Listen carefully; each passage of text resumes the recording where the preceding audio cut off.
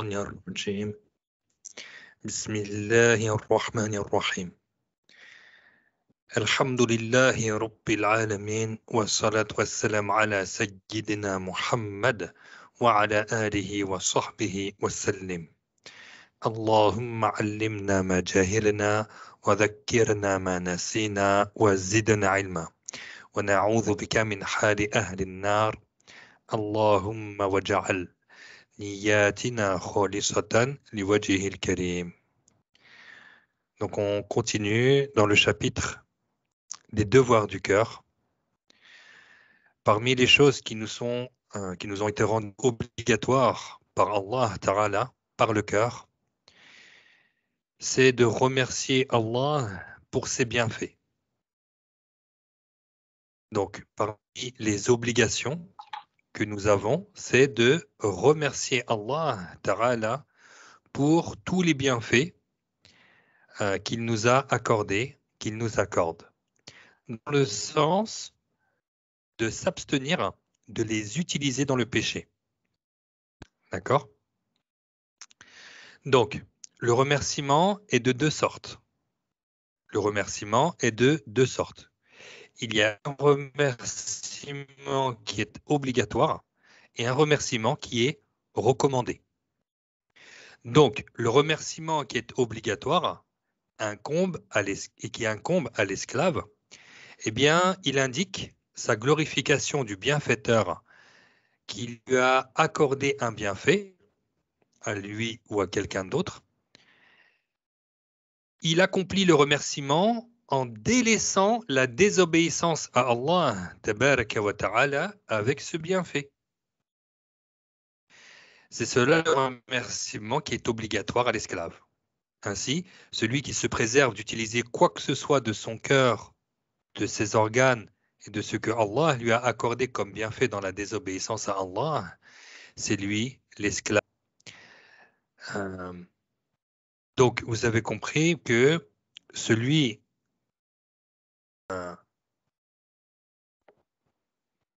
ou bien celui qui ne remercie pas Allah Ta'ala, c'est tout simplement celui qui utilise tous les bienfaits que Allah lui a donnés, ou un de ces bienfaits-là, il utilise ce bienfait pour désobéir à Dieu.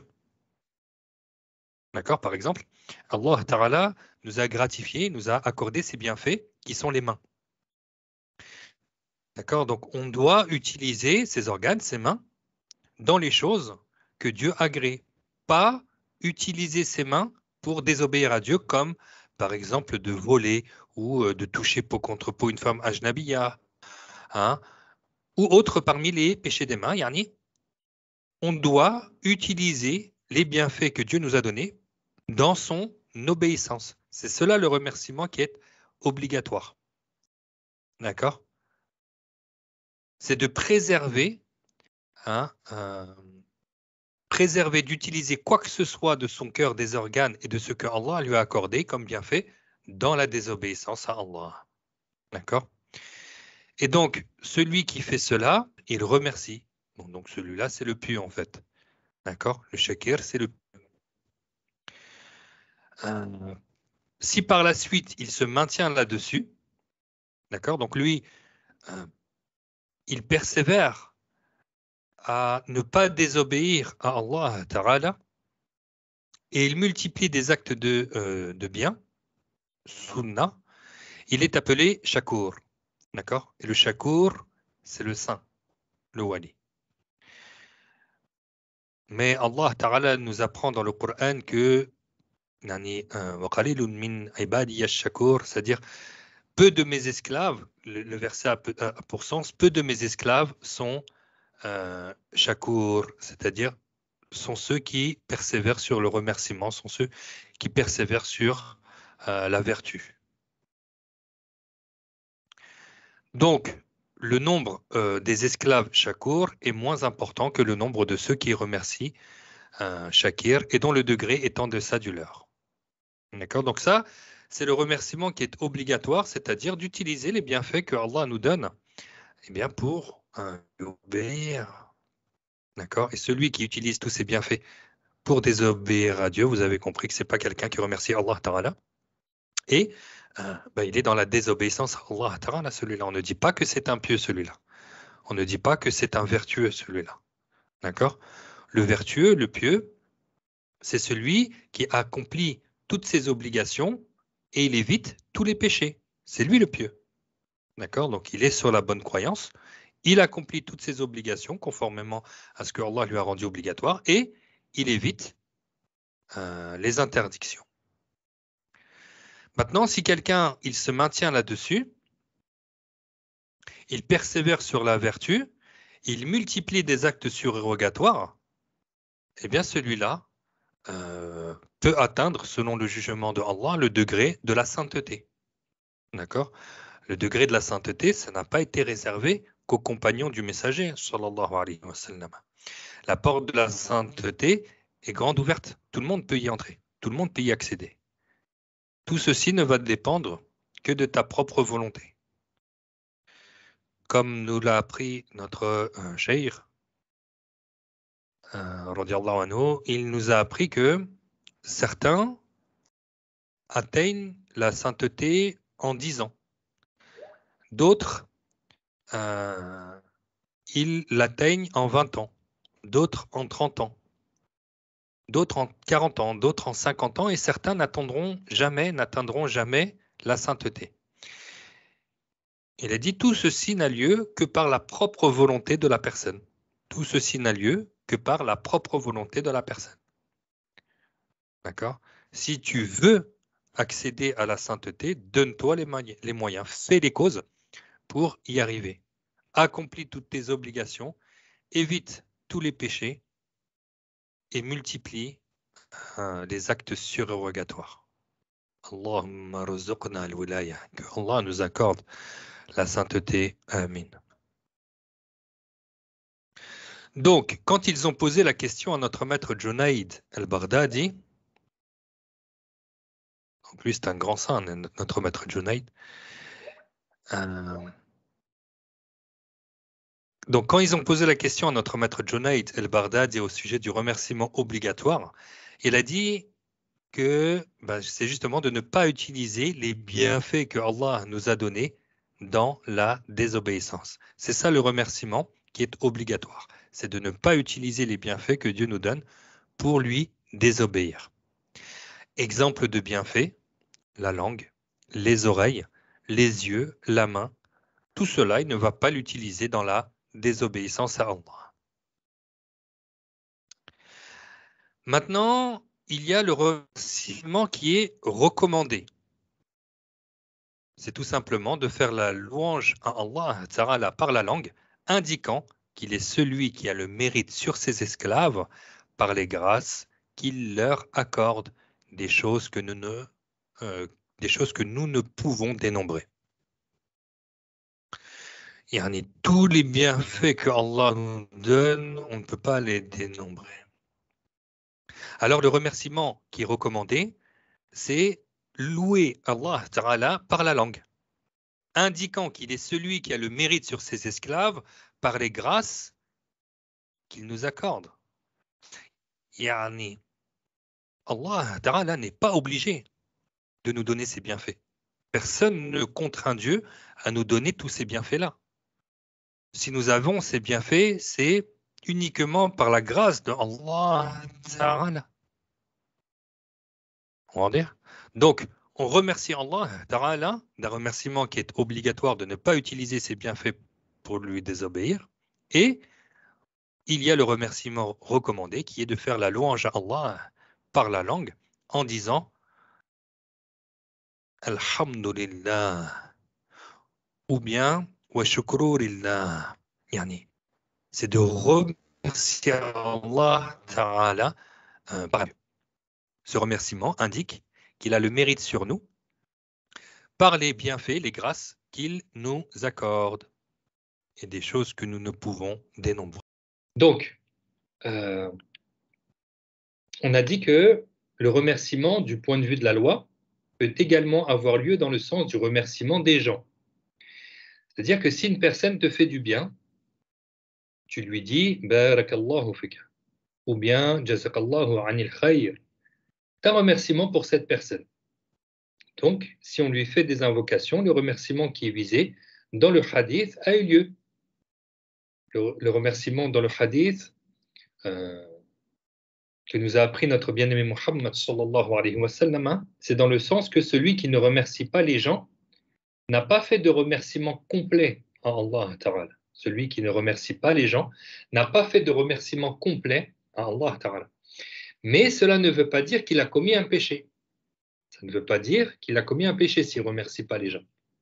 Mais ça veut dire qu'il n'aura pas fait un remerciement complet à Allah subhanahu wa ta'ala. D'accord? Et le remerciement des gens a lieu en leur faisant des invocations ou bien des cadeaux. Tu peux remercier les gens en leur faisant des cadeaux ou bien en leur faisant des invocations. Et une invocation, lorsque tu lui fais une invocation, c'est profitable et pour lui et pour toi.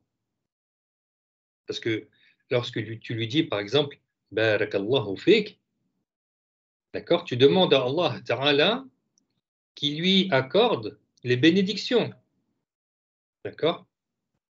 Et en plus, c'est un profit pour toi. Pourquoi? Parce que tu auras fait une adoration, tu auras fait une invocation. Une dua, c'est une ibada. Une invocation, c'est une adoration. Donc, et non seulement tu gagnes les hasanats, et en plus, Inch'Allah, si l'invocation elle se réalise, pour ton frère, Masha'Allah, il aurait eu un grand bienfait par ta cause. Par contre, si tu dis merci, ça veut dire quoi merci? Ça a quel sens merci? Merci. Ce n'est pas une invocation, il n'y a pas de profit ni pour toi ni pour lui. Du merci. D'accord? Alors il y en a, j'ai vu ça, subhanallah, la maman, elle a mis une claque à son fils, dis merci, rah! Qui est le petit? Il n'a rien compris. Il a vu que des étoiles, il dit dis merci. Yani, les gens ne frappent pas au visage, ça c'est haram. Et on apprend, yani, que si tu remercies les gens, fais-lui une invocation. Barakallahu fik, jazakallahu anil khayr. Ou bien tu lui offres des cadeaux. Ça, c'est un remerciement, machallah. Donc ça, c'est le remerciement du point de vue de la loi. D'accord? C'est de remercier les gens. Comme si quelqu'un te fait du bien, tu lui fais une invocation, tu lui offres un cadeau. D'accord? Mais ça ne veut pas dire que celui qui ne remercie pas les gens, il aura commis un péché, attention. Par contre, celui qui commet un péché, c'est celui qui ne remercie pas Allah Ta'ala du remerciement qui est obligatoire, comme nous l'avons vu. C'est d'utiliser les bienfaits que Dieu nous a donnés dans son obéissance et de ne pas les utiliser pour désobéir à Allah Azza wa Jalla. Donc ça, c'est une des obligations par le cœur, un des devoirs du cœur, c'est remercier Allah pour ses bienfaits, comme nous avons vu, le remerciement obligatoire et surérogatoire. Maintenant, parmi les obligations, les devoirs du cœur, il y a as-sabr. As-sabr. Il faut savoir que la patience, elle est de trois formes. La patience est de trois formes. La première, c'est persévérer dans l'accomplissement de ce que Allah a rendu obligatoire. C'est de patienter pour accomplir ce que Dieu nous a rendu obligatoire. Même si c'est difficile dans certains cas, comme par exemple, le matin, il faut faire la prière du Subh, et il faut que tu te lèves de ton sommeil, en dehors de ta couette, il fait froid, tu vas aller toucher l'eau. Yani, malgré cela, tu patientes. D'accord? Et tu vas quand même faire la prière. Ou bien c'est pendant le Ramadan, tu as soif parce qu'il fait très chaud dehors. Mais c'est une obligation de jeûner pendant ce mois-là, donc tu fais preuve de patience, tu persévères dans l'accomplissement de ce que Allah a rendu obligatoire. La deuxième forme de patience, et c'est la plus difficile, la plus compliquée, c'est patienter en se gardant de faire ce que Allah Ta'ala a interdit. Patienter pour ne pas faire ce que Allah a interdit. Donc là, c'est patienter pour ne pas commettre un haram, une désobéissance à Allah Ta'ala. Et la troisième forme de patience, c'est endurer ce par quoi Allah t'a éprouvé. endurer ce par quoi Allah t'a éprouvé. Donc, as-sabr, c'est contenir son âme. C'est contenir son âme, la contrainte à supporter ce qu'elle réprouve ou à se détacher de ce qu'elle désire. C'est ça, as-sabr. C'est contenir son âme, c'est la contraindre à supporter ce qu'elle réprouve, donc la patience dans l'accomplissement de ce que Allah a rendu obligatoire, ou à se détacher de quelque chose qu'elle désire. Si c'est un haram, elle se détache de cela. Ainsi, as-sabr qui est obligatoire pour la personne responsable consiste à persévérer dans l'accomplissement de ce que Allah a rendu obligatoire, comme les actes d'obéissance, à patienter pour ne pas faire ce que Allah a interdit, c'est-à-dire éloigner son âme de ce que Allah a interdit, donc éviter le haram, et endurer ce par quoi Allah t'a éprouvé, dans le sens de ne pas se révolter contre Allah, ni s'engager dans ce qu'il a interdit à cause du malheur, ni s'engager dans ce qu'il a interdit à cause du malheur. Par exemple, il y a des gens qui, parce qu'ils sont dans une pauvreté, ils ne patientent plus et pour avoir de l'argent, ils vont commettre du haram. D'accord? Eux, ils n'ont pas patienté sur l'épreuve que Allah leur a donnée, à savoir la pauvreté, et ils se sont mis à aller faire du haram pour obtenir de l'argent, par exemple. Donc, il y en a qui font des choses plus graves, qui tombent même jusqu'à dans la mécréance à cause du malheur. Alors le cheikh, il dit, beaucoup de créatures tombent dans les péchés pour avoir délaissé la patience face au malheur. Ces gens sont de différents degrés à cet égard. Il y en a parmi eux qui tombent dans l'apostasie à cause du malheur, et il y en a qui tentent de s'approprier des biens de façon illicite, comme cela arrive à beaucoup de gens à cause de la pauvreté. Ils acquièrent des biens de façon interdite, ou ils essayent d'accéder à la richesse par le mensonge ou ce qui est de cet ordre. Vous voyez, il y a des gens qui ne patientent pas face aux malheurs et aux difficultés, et donc ils tombent dans les péchés. Donc c'est quoi la patience? C'est justement de ne pas désobéir à Dieu. D'accord? Sabr, la patience, c'est de ne pas désobéir à Dieu. Donc de faire ce que Dieu t'a rendu obligatoire, de patienter, même si dans certains cas, ça peut être difficile ou contraignant pour toi. Hein, tu fais preuve de patience, tu ne désobéis pas à Dieu, tu accomplis tes obligations. Lorsqu'il vient vers toi un haram, où tu es tenté de faire un péché, tu fais preuve de patience et tu ne désobéis pas à Dieu, hein, euh, par rapport à ce péché qui vient vers toi. Et si Dieu t'a donné une épreuve, eh bien tu fais preuve de patience, tu ne vas pas, malgré cette épreuve, tomber dans le haram, encore moins yani, te révolter contre Dieu, et ça, ce serait de la mécréance. Alors la patience est la clé, la sauvegarde et le secours. La patience est la clé, la sauvegarde et le secours. Celui qui fait preuve de patience augmente en degrés, selon le jugement de Allah. Celui qui fait preuve de patience augmente en degrés.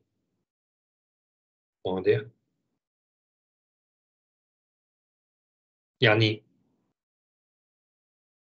les épreuves sont à la hauteur de la personne, dans le sens où plus tu vas être élevé en degrés selon le jugement de Allah, plus tu vas être éprouvé dans ce bas monde. Pour cela que les meilleurs des gens, qui sont les prophètes, alayhimus salam, ce sont eux qui ont été le plus éprouvés parmi les gens. Et le meilleur d'entre eux, c'est notre bien-aimé Muhammad sallallahu alayhi wa sallam, et il a été le plus éprouvé parmi les gens. Donc, plus tu vas faire preuve de patience, plus tu vas augmenter en degrés selon le jugement de Allah, plus tu vas avoir des épreuves à la hauteur de ta patience et plus, encore une fois, tu vas devoir faire preuve de patience et augmenter en degrés selon le jugement de Allah, etc. Donc la première sorte de as-sabr qu'on a dit, c'est de persévérer dans l'obéissance à ce que Allah a rendu obligatoire, comme par exemple d'accomplir le jeûne en période de chaleur, de forte chaleur. Celui qui patiente et persévère dans cette adoration aura accompli cette première sorte de as-sabr, qui est un devoir du cœur, comme par exemple celui qui se réveille lorsqu'il fait véritablement froid, et qui fait la prière du Fajr. Il persévère, il fait le wudu, il accomplit la prière. Ainsi, c'est une forme de as-sabr que de persévérer dans l'accomplissement de ce que Allah a rendu obligatoire. La deuxième sorte de as-sabr, c'est dans le sens de se garder de ce que Allah a interdit, c'est-à-dire de ne pas tomber dans le péché. Ici, la deuxième forme de as-sabr, qui est un devoir du cœur. Et c'est la plus difficile, et elle est très méritoire, comme nous l'avons déjà vu. Celui qui évite un péché, c'est-à-dire il s'abstient de tomber dans le haram, il a plus de récompenses que de pratiquer 1000 actes sunnah, hein, euh, voilà, en récompense. C'est-à-dire qu'il a plus de récompenses que de faire, par exemple, 1000 raka'ah sunnah. Le fait de patienter, hein, par amour pour Allah Ta'ala, par crainte de Allah Ta'ala, et de ne pas faire ce péché, tu as plus de récompenses que si tu priais 1000 raka'ah sunnah, surérogatoire. Donc ça, c'est une forme de patience que de patienter, hein, en se gardant de ce que Allah a interdit. Et c'est ce qui est obligatoire. C'est ce qui est obligatoire. Hein. C'est ce qui est obligatoire. Allah Ta'ala nous a rendu obligatoire de patienter, hein, dans le sens de ne pas commettre les péchés. La troisième forme de as-sabr, donc en fait, vous avez donc compris, parce que masha'Allah, vous êtes déjà très perspicace, qu'en réalité, la piété, c'est une obligation d'y accéder. C'est un devoir d'accéder à la piété. Puisque c'est une obligation de faire tout ce que Dieu a rendu obligatoire, et c'est une obligation d'éviter tous les péchés. Donc, qu'est-ce qu'on a dit tout à l'heure? Celui qui fait toutes ces obligations et qui évite tous les péchés, il atteint le degré de piété. Donc, c'est une obligation d'atteindre la piété. C'est une obligation d'être pieux. Ce n'est pas une option. Hein? Donc, quand certains nous disent « Ah, moi, j'aimerais atteindre la piété », mais tu lui dis « Mais déjà, c'est une obligation d'être pieux. » C'est comme quelqu'un, il te dit Ah ben moi j'aimerais bien jeûner pendant le jeûne de Ramadan. Mais c'est une obligation de jeûner. Il te dit j'aimerais bien faire la prière. Mais c'est une obligation de faire la prière. D'accord? Donc c'est une obligation d'atteindre la piété. Maintenant, demande à Allah Ta'ala qui t'accorde la sainteté. D'accord? Puisque c'est une obligation d'atteindre la piété. Bien sûr, on demande à Allah Ta'ala qu'il nous accorde la force pour l'accomplissement des obligations et la crainte. Hein, on demande à Allah Ta'ala qu'il nous accorde la crainte à son égard pour ne pas faire ce qu'il a interdit de commettre, bien sûr. Mais ton espoir de vouloir atteindre la piété, remets-toi en question et tu te dis que c'est une obligation. C'est pas un choix, c'est une obligation. C'est-à-dire, ok, c'est ce qu'on veut, mais c'est ce que tu dois avoir. La piété, la vertu. Regardez. Donc si tu demandes à Allah Ta'ala la sainteté, Inch'Allah, tu vas œuvrer pour avoir la sainteté et donc tu vas traverser le chemin de la piété. D'accord?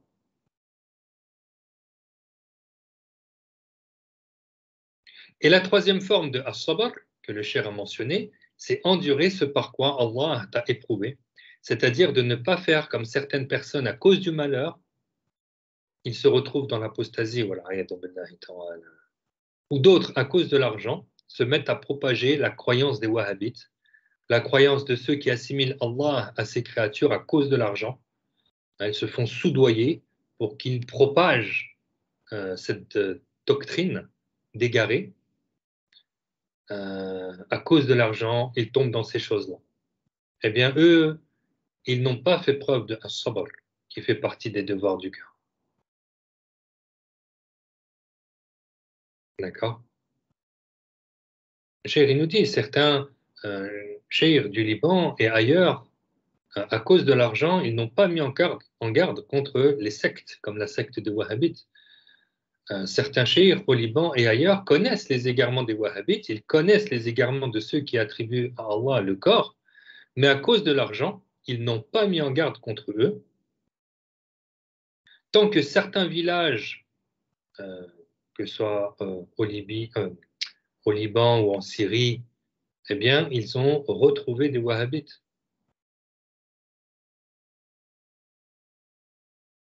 Ils se sont fait soudoyer, ils n'ont pas fait preuve de patience. Notre cheikh a dit que rares sont ceux à notre époque qui réunissent ces trois formes de as-sabr. Rares sont ceux qui les réunissent, c'est-à-dire qui persévèrent dans l'accomplissement de ce que Allah a rendu obligatoire, qui patientent et se gardent de ce que Allah a interdit, et qu'ils endurent ce par quoi Allah les éprouve. Rares sont ceux qui réunissent ces trois formes de as-sabr à notre époque. Allah. Cheikh Mohammed Akhlas, il a donné l'explication, et lui, il a dit les épreuves avec la protection et la préservation dans la religion.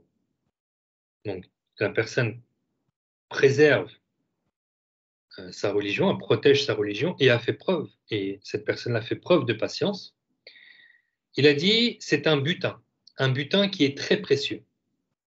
Le fait de subir beaucoup d'épreuves, tout en protégeant son islam, avoir sa religion sauve, en étant intègre et correct, et avoir à subir les épreuves, cela donne énormément de récompenses. C'est un grand butin, c'est un grand trésor pour la personne.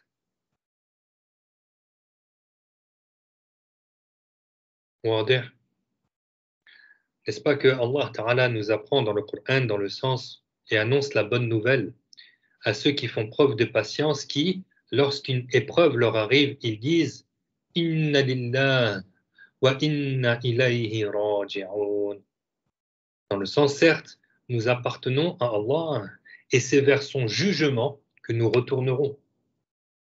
Certes, nous appartenons à Allah, donc Allah Ta'ala, il fait ce qu'il veut de nous.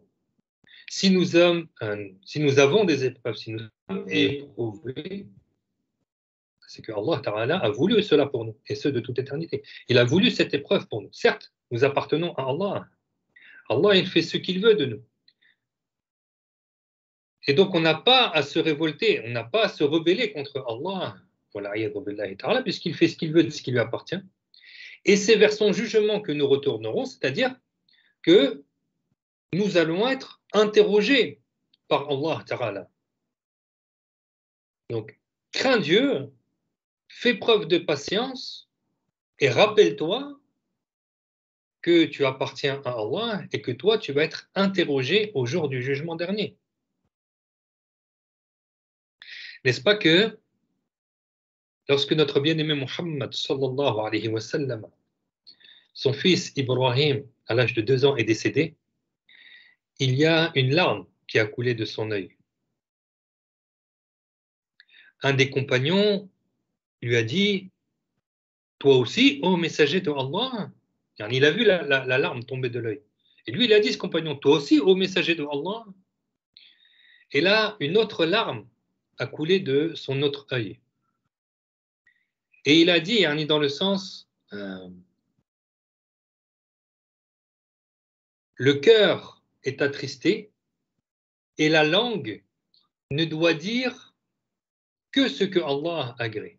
Le cœur est attristé et la langue ne doit dire que ce que Allah agrée.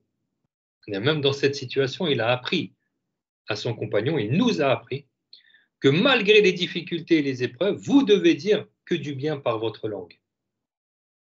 واضح؟ صلى الله على سيدنا محمد صلى الله عليه وسلم. Donc, vous voyez comment Cheikh Mohammed il a expliqué la parole de Maulana lorsqu'il a dit que rares sont ceux à notre époque qui réunissent ces trois formes de as-sabr. Rares sont ceux qui les réunissent, c'est-à-dire qui persévèrent dans l'accomplissement de ce que Allah a rendu obligatoire, qu'ils patientent en se gardant de ce que Allah a interdit, qu'ils endurent ce par quoi Allah a éprouvé. Rares sont ceux qui réunissent ces trois formes de as-sabr à notre époque.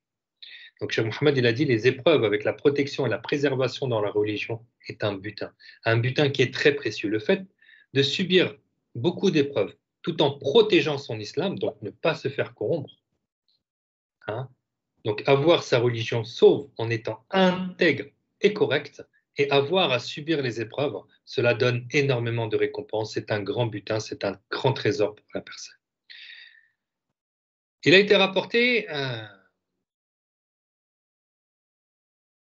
dans le hadith, que Allah Ta'ala dit, ce qui signifie, donc c'est un hadith Qudsi, c'est une parole de Allah Ta'ala qui est rapportée par le prophète Muhammad sallallahu alayhi wa sallam et qui ne fait pas partie du Coran. Le hadith il a pour sens, donc c'est la parole de Allah qui a pour sens, mon esclave, lorsque je lui fais mourir son enfant, donc le hadith il a pour sens, mon esclave, lorsque je lui fais mourir son enfant, et qu'il fait preuve de patience, il n'aura pas d'autre récompense que le paradis. Cela signifie que la récompense de la patience est très large selon le jugement de Allah. Muslim a rapporté qu'un jour, un des fils de Abu Talha, qui avait eu Sulaym, est décédé. Un de ses fils, qui avait eu Sulaym, donc sa femme, est décédé. Abu Talha, il n'était pas là, il n'était pas encore à la maison. Sulaym recommanda à sa famille, n'en parlez pas à Abu Talha avant que je lui en parle. À son arrivée, elle lui a servi un dîner, il a mangé et il a bu. Il faut bien écouter cette histoire, subhanallah, le récit de cette femme éprouvée par la perte de son fils, le fruit de son cœur. Elle a présenté le dîner à son mari pour qu'il se nourrisse et qu'il boive. Non seulement cela, mais elle s'est appliquée à se faire plus belle pour lui que d'habitude. Après qu'il ait eu du plaisir et fait le rapport avec elle, elle lui a dit « Ô Abu Talha, si des gens prêtent quelque chose à une famille, puis réclament leur bien, les autres auront-ils à émettre une objection ?» Non, répondit-il. Elle lui répondit alors « Cherche à recevoir la récompense de Allah en patientant pour la perte de ton fils. » Elle lui a rappelé que si une famille confie un bien ou prête quelque chose et qu'ensuite cette famille réclame ce bien, est-ce que les autres ont une objection? Il n'y a pas d'objection. Il n'y a pas d'objection. Allah Ta'ala lui a confié un enfant, un fils, et Allah lui a repris. Vous voyez? Donc elle a dit, patiente. Elle lui a répondu, donc cherche alors à recevoir les récompenses de Allah en patientant pour la perte de ton fils. Donc là, elle lui a appris la nouvelle du décès de son fils. Lui, il s'est mis en colère. Il s'est mis en colère parce que elle l'a laissé manger, boire, profiter d'elle, avoir le rapport avec elle. Et ensuite, elle lui a annoncé ça. Donc lui, il s'est mis en colère et est parti rapporter ce qui s'était passé au messager de Allah, sallallahu alayhi wa sallam. Et lui, le messager, alayhi wa sallam, il a dit Barakallahu kuma fi laylatikuma. C'est-à-dire que Allah vous donne des bénédictions en cette nuit écoulée. Euh, par le fait, c'est-à-dire par cette nuit-là, Sulaym est redevenue enceinte en fait. Elle est retombée enceinte. En fait.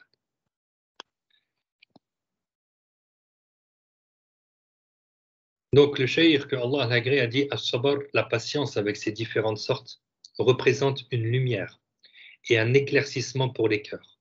Et celui qui délaisse la patience, il est en perdition. Celui qui délaisse la patience, il est en perdition.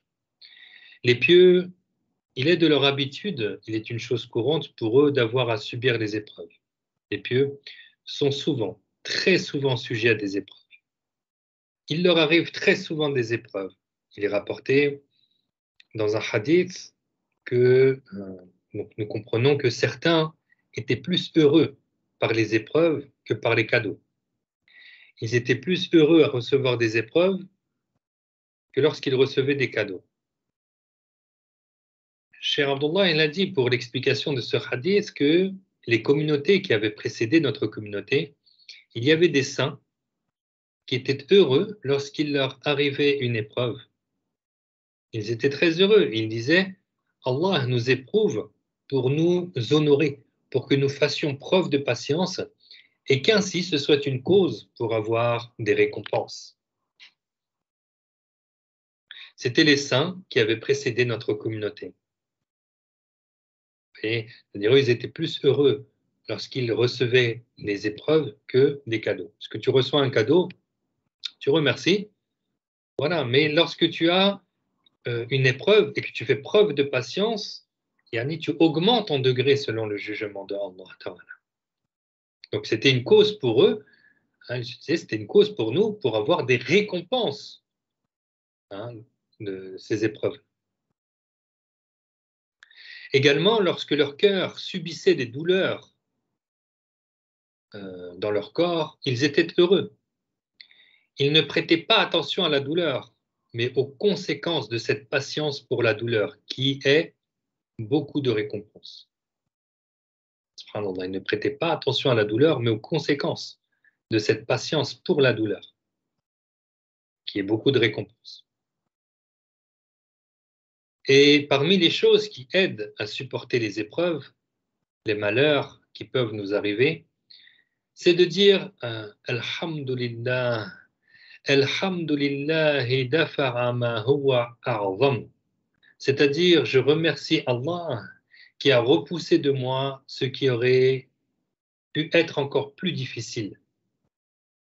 Je remercie Allah qui a repoussé de moi ce qui aurait pu être encore plus difficile que ce que je suis en train de supporter.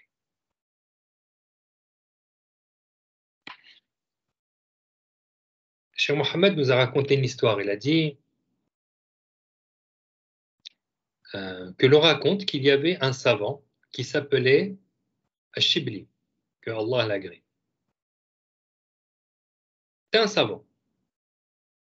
Et lui, il était tombé extrêmement malade. Et tous les spécialistes de la médecine n'avaient pas trouvé de remède pour lui. Le gouverneur, à l'époque, lui avait ramené un médecin chrétien qui maîtrisait la médecine. Mais ce médecin chrétien n'avait pas trouvé de remède. Il avait dit à Shibli, si je savais que ton remède serait de couper une partie de mon corps pour que tu sois guéri, je l'aurais fait. Alors, Ashibli lui dit, mon remède, c'est que tu enlèves la ceinture des chrétiens, que tu jettes la croix et que tu rentres dans l'islam. C'est ce que le chrétien a fait. C'est ce qu'a fait le chrétien. Il a enlevé la ceinture des chrétiens, il a jeté la croix et entré en islam. Et Ashibli a guéri.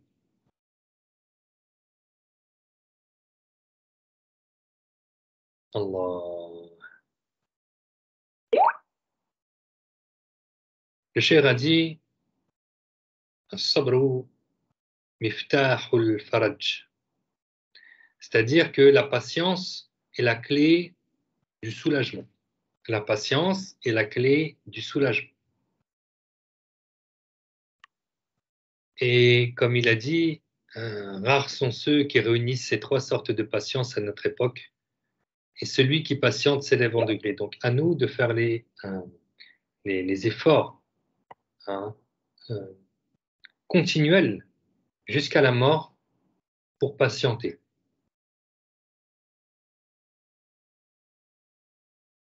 Il a dit as-sabru bi anwa'ihi diya'un lil qulub.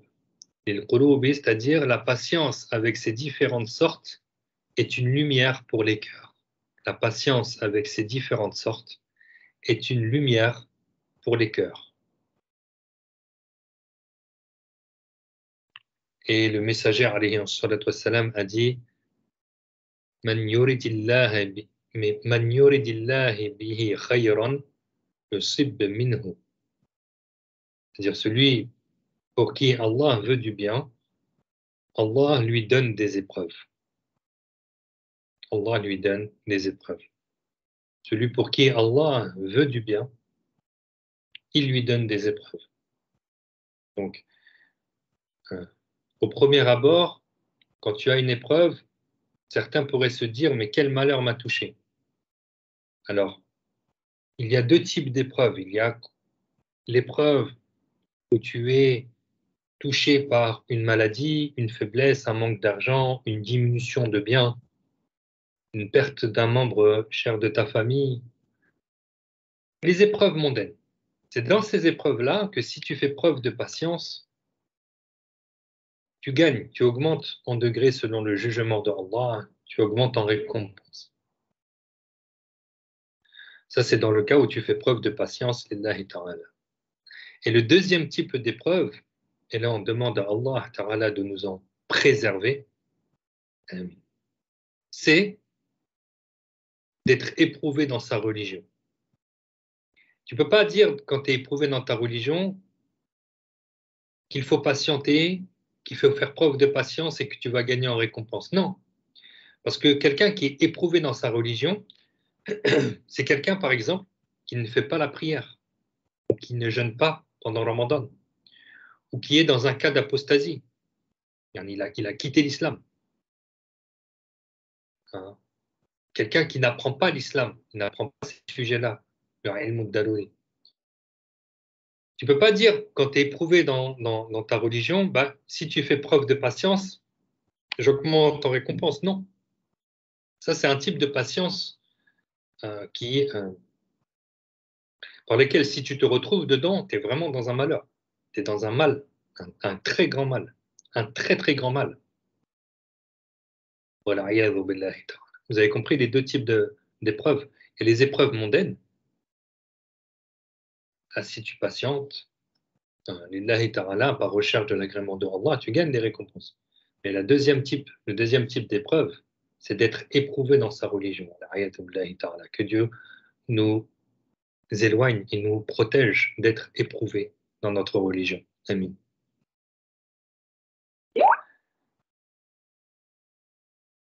Et qu'on se rappelle, si on est touché par la première sorte d'épreuve, les épreuves mondaines, rappelle-toi cette parole Inna lillah wa inna ilayhi raji'un. Certes, nous appartenons à Allah et c'est vers son jugement que nous retournerons. Et aussi la parole Alhamdulillahi alladhi dafa'a ma huwa a'zam, qui a pour sens la louange à Allah qui a éloigné de moi ce qui aurait pu être pire pour moi. D'accord?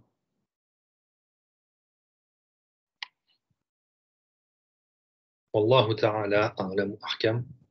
On demande à Allah ta'ala qu'il améliore nos états, qu'il nous accorde de faire preuve de patience lors des difficultés, lors des épreuves. Nous demandons à Allah ta'ala qu'il nous accorde la piété, qu'il nous accorde la sainteté. Nous demandons à Allah ta'ala d'être sincère dans nos actes d'adoration, de le craindre, qu'il nous augmente le khushu'. Amin. Nous demandons à Allah ta'ala d'être réunis au jour du jugement dernier parmi les victorieux sous l'ombre de son trône. بارك الله فيكم آمين ربنا آتنا في الدنيا حسنة وفي الآخرة حسنة وقنا عذاب النار ربنا لا تزغ قلوبنا بعد إذ هديتنا وهب لنا من لدنك الرحمة إنك أنت الوهاب